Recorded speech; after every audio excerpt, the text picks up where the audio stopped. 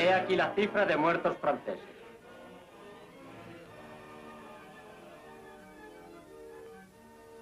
Aquí se reseñan 10.000 franceses tendidos en el campo.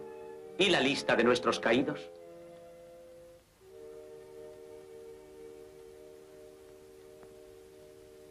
Eduardo, duque de York.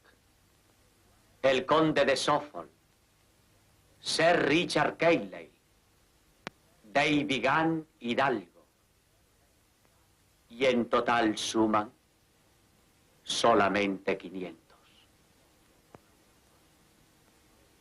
Oh Dios, tu brazo ha sido.